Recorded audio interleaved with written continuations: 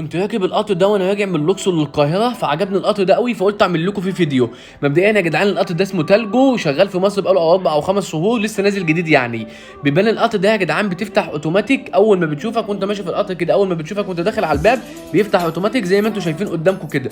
القطر كله يا جدعان مفروش سجاد، وده طبعا يعني بعكس بعض القطارات التانيه، وتقريبا والعلم لله ان القطر ده تصنيع اسباني. المضحك في الموضوع بقى اللقطه اللي هتسمعوها دي. يا جماعه فاكرين فيلم محمد هنيدي لما قال يا جماعه الحقونا ما نشوفها؟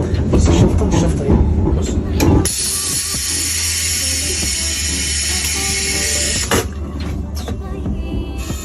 المشكله ان انا قبل ما اصور الفيديو ده ب5 دقايق كنت في الحمام ده، واول ما سمعت صوت الشفط ده قمت جاي على طول افتكرت محمد هنيدي لما كان بيقول يا جماعه انا اتشفطت.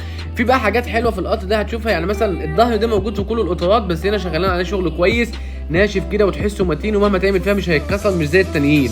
وبرده البتاع اللي بتحط عليها رجليك دي الجديد بقى في سله